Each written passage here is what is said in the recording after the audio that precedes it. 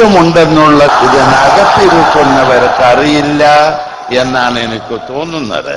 ഇത് വാസ്തവത്തിൽ എന്തോ ഒരു വലിയ മാന്ത്രിക ശക്തി നമ്മുടെ ഉസ്താദിനുണ്ട് എന്നതിന്റെ തെളിവാണ്. ഞാൻ ഇന്ന് രാവിലെ പ്ലെയിൻ ഇറങ്ങി കുറച്ച് ആളുകൾ ഈ യോഗത്തിൽ സംബന്ധിക്കേണ്ടവർ ആ പ്ലെയിനിൽ ഉണ്ടായിരുന്നു. വന്നിറങ്ങുമ്പോൾ എന്തൊരു മഴയായിരുന്നെന്നറിയാമോ?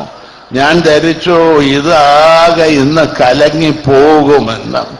പക്ഷേ എന്താണ് ഉസ്താദ് ഇതിന് ചെയ്തത് എന്ന് അന്വേഷിക്കേണ്ടി, അതുകൂടി അന്വേഷണ വിധേയമാക്കണമെന്ന് ചിലർ പറയാനിടയുണ്ട് എന്ന് മാത്രമേ ഞാൻ പറയുന്നു. ഏതായാലും ഈ സമ്മേളനം ഒരു കാര്യം തെളിയിക്കപ്പെട്ടിരിക്കുകയാണ്. മുസ്ലിം സമുദായത്തിൽ ഏറ്റവും ഉന്നതനായ നേതാവ് കാന്തപുരം ഉസ്താദാണ് എന്ന് തെളിയിക്കുന്ന സമ്മേളനമാണ് ഇവിടെ നടന്ന് കാണുന്നത്. ഇതിൽ അസൂയപ്പെട്ടിട്ടൊന്നും കാര്യമില്ല എന്ന് മാത്രം ജനങ്ങളോട് പറയട്ടെ. ഉസ്താദ് ചെയ്യുന്ന അത്ര ഇല്ലെങ്കിൽ അതിന്റെ പകുതിയെങ്കിലും ജനസേവനം നടത്താൻ ശ്രദ്ധിക്കപ്പെടേണ്ടതാണ്.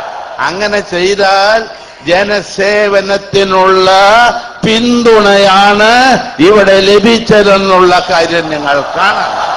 ഞാൻ എൻ്റെ വാക്കുകൾ നീട്ടിക്കൊണ്ടുപോകുന്നില്ല. ഒരു കാര്യം ഞാൻ പറയട്ടെ. 17 ദിവസം കാസർഗോഡ് നിന്ന് തിരുവനന്തപുരം വരെ ഉഴുത് മറിച്ച് നല്ല മണ്ണ് പാകപ്പെടുത്തിയെടുത്ത് ഇന്ന് ഉസ്താദ് നല്ല വിളവുള്ള ഈ പറയുന്ന മാനവികത ഇവിടെ നട്ടിരിക്കുകയാണ് എന്ന കാര്യത്തിൽ സംശയമില്ല. ഇത് വളരും. ഇതിനെ നശിപ്പിക്കാൻ ഒരു കീടത്തിനും സാധ്യമല്ല എന്നുള്ള കാര്യം നിങ്ങൾ ഓർക്കണം. കീടനാശിനി പ്രയോഗിക്കാതെ തന്നെ കീടം നശിക്കും, അതിന് യാതൊരു സംശയവുമില്ല. ഈ മാനവികത ഈ മണ്ണിൽ വളരും. കാരണം ആ നിൽക്കുന്നത് മുസ്ലിം പള്ളിയാണ്, അതിനെ തൊട്ട് കാണുന്നത് ഹൈന്ദവ ക്ഷേത്രമാണ്, അതിന്റെ മുമ്പിൽ കാണുന്നത് ഒരു ചർച്ചാണ്. ഇത് ഈ മൂന്നിന്റെയും സംഗമമാണ്. അതുകൊണ്ടായിരിക്കും ഒരു പക്ഷേ ചന്ദ്രശേഖരൻ നായർ സ്റ്റേഡിയം തെരഞ്ഞെടുത്തത് എന്ന് ഞാൻ മനസ്സിലാക്കുന്നു. ഏതായാലും ഒരു കാര്യം നിങ്ങൾ കാണണം. നമ്മുടെ രാഷ്ട്രപിതാവായ മഹാത്മാഗാന്ധിജി ഇവിടെ ജീവിച്ചത്, ജീവിതകാലം മുഴുവൻ പ്രവർത്തിച്ചത് മാനവികീയതയ്ക്ക് വേണ്ടിയായിരുന്നു. അദ്ദേഹം അവസാനം മരണപ്പെടേണ്ടി വന്നത്, അദ്ദേഹത്തിന്റെ ജീവൻ ബലിയർപ്പിക്കപ്പെടേണ്ടി വന്നതും അതിനു വേണ്ടിയാണ് എന്നുള്ള കാര്യം നാം കാണണം. തീവ്രവാദം, അതുപോലെ വർഗീയവാദം, അതുപോലുള്ള വാദങ്ങളും എല്ലാം തന്നെ ഈ മുസ്ലിമിന്റെ മാത്രമല്ല മനുഷ്യരാശിക്ക് തന്നെ ആപത്താണ് എന്നുള്ള കാര്യം നാം മനസ്സിലാക്കണം. ഞാൻ കൂടുതൽ കാര്യങ്ങളൊന്നും പറയുന്നില്ല.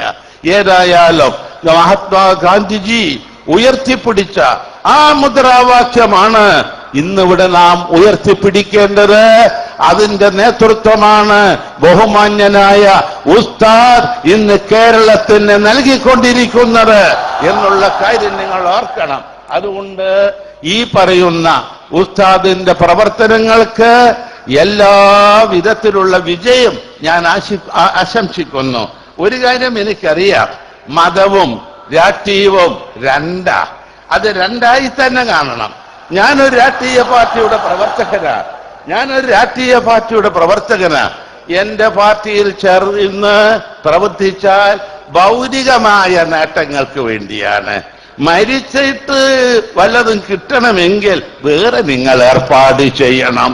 അതൊക്കെ ഉസ്താദും കൂട്ടരും ചെയ്യുന്നതാ.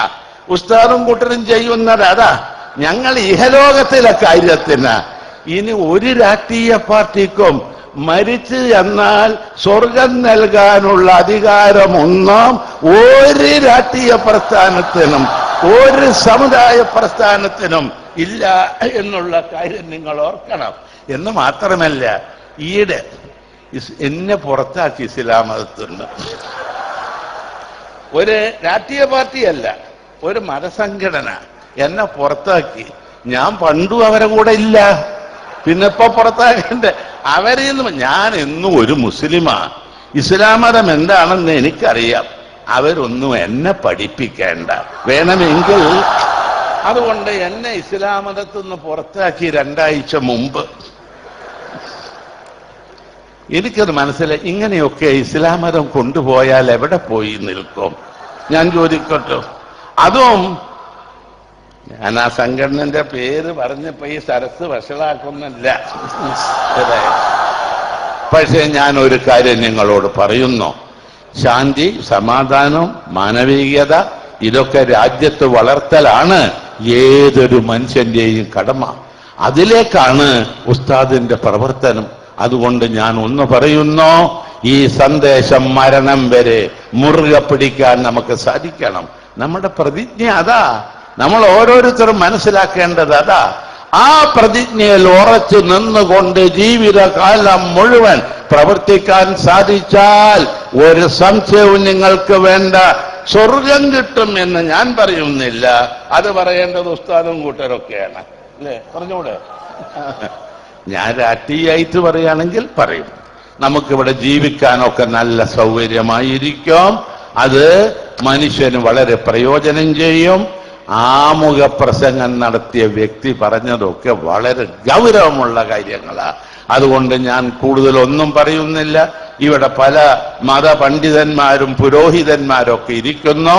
എല്ലാവർക്കും യോജിക്കാവുന്നൊരു മുദ്രാവാക്യമാണ് ഈ ഉസ്താദ് ഉയർത്തിയിട്ടുള്ളത്. ഈ മുദ്രാവാക്യം കേരളത്തിലെ ജനങ്ങൾ മുഴുവൻ ഉയർത്തി പിടിക്കും അവസാനം വരെ എന്ന കാര്യത്തിൽ സംശയമില്ല. ഈ പ്രസ്ഥാനത്തിന് എല്ലാ വിധത്തിലുള്ള വിജയം ആശംസിച്ചുകൊണ്ട് ഞാൻ എന്റെ വാക്കുകൾ നിർത്തുന്നു. ജയ് ഹിന്ദ്. ശ്രീ കെ മുരളീധരൻ MLA ബഹുമാന പുരസ്സരം ക്ഷണിക്കുന്നു.